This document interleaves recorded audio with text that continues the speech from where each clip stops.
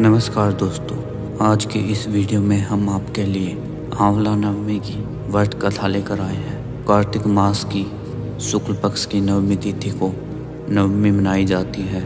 इसे अक्षय नवमी के नाम से भी जाना जाता है। आंवला नवमी के दिन सह परिवार आंवला के पेड़ की आराधना की जाती है। आंवला नवमी के व्रत कथा के अनुसार एक समय किसी नगर में एक सेठ और सिठानी रहते थे। उसके 4 बेटे और 4 बहुएं थे। सेठ जी के पास इतनी धन दौलत थी कि उनका हिसाब किताब रखने के लिए कई नौकर चाकर थे। धन को तराजू में तोल कर रखते थे। सेठानी जी ने एक नियम ले रखा था, वो रोज एक सोने का आंवला दान करते, उसके बाद ही भोजन करते। सेठ और सेठानी सुखपूर्वक अपना जीवन व्यतीत कर रहे थे। एक दिन सेठानी जी की बहुओं ने आपस में बात करे, यदि माँ साहब इसी तरह सोने का आंवला रोज दान करती रही तो हमारे पास कुछ भी नहीं बचेगा, धीरे धीरे सब कुछ खत्म हो जाएगा। ऐसा सोचकर सभी बहुएं सेठानी जी से कहने लगी, माँ साहब आप सोने के आंवले की जगह रोजाना एक सादा आंवला दान करने लगे। सेठानी जी ने उनकी बात मान ली, रोज एक सादा आंवला दान करने लगी। कुछ समय बाद सेठानी जी की बहुओं को उनका सादा आंवला दान करना भी खटकने लगा। उन्होंने सेठानी जी से सादा आंवला दान करना भी मना कर दिया। यह सुनकर सेठ और सेठानी जी को बहुत दुख हुआ।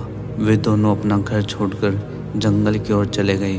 उस दिन सेठानी जी ने आंवला दान नहीं किया था, इसलिए उन्होंने भोजन भी नहीं किया। जंगल में चलते चलते रात हो गई तो वे दोनों एक घने पेड़ के नीचे सो गए। जब वे सो गए तो उन्होंने देखा कि जहाँ वो सोए हैं वहाँ एक सोने के आंवले का पेड़ आ गया है। सेठानी जी ने उस पेड़ से एक आंवला तोड़कर दान करती है और भोजन कर लेती है।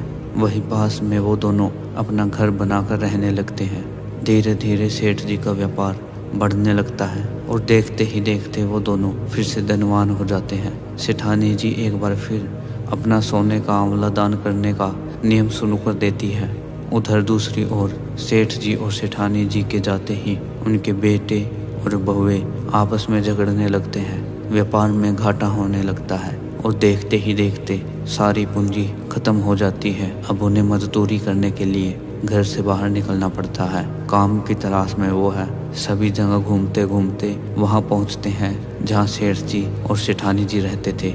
वहाँ उन सभी को सेठानी जी के सोने का आंवला दान करने की बात पता चलती है। मन ही मन वह सोचते हैं, कहीं ये हमारे माता पिता तो नहीं, लेकिन उनके पास तो कुछ भी नहीं था, वो कैसे हो सकते हैं। वो सभी काम के लिए सेठ जी के पास जाते हैं। सेठ जी को देखते ही वो सभी उनके पैर पकड़ लेते हैं और उनसे माफ़ी मांगने लगते हैं। पिताजी हमें माफ़ कर दीजिए, हम पैसे के लालच में अंधे हो गए थे। हमने आपको घर से जाने दिया, जबकि उस घर में सब कुछ आपकी ही किस्मत का था। सेठ जी और सेठानी जी ने अपने सभी बेटों को माफ़ कर दिया और वह अपने पूरे परिवार के साथ सुखपूर्वक रहने लगे। दोस्तों, ऐसा भी कहा जाता है कि आंवला नवमी के दिन भगवान श्री कृष्ण गोकुल की गलियां छोड़कर मथुरा गए थे। मान्यताओं के अनुसार आंवला नवमी के दिन यदि कोई महिला आंवला के पेड़ की पूजा कर उसके नीचे बैठकर भोजन करती है तो भगवान विष्णु और भोलेनाथ उसकी सभी मनोकामनाएं पूर्ण करते हैं। इस दिन महिलाएं संतान की दीर्घायु और अच्छे स्वास्थ्य को लेकर कामना करती है। जय श्री हरि विष्णु। दोस्तों, हम आपके लिए ऐसे ही पौराणिक कथाएं ढूंढ कर लाते हैं। उसके लिए आप हमारे चैनल को सब्सक्राइब करें, वीडियो को लाइक करें ताकि रोचक कथाएं आप तक पहुंच सके। धन्यवाद।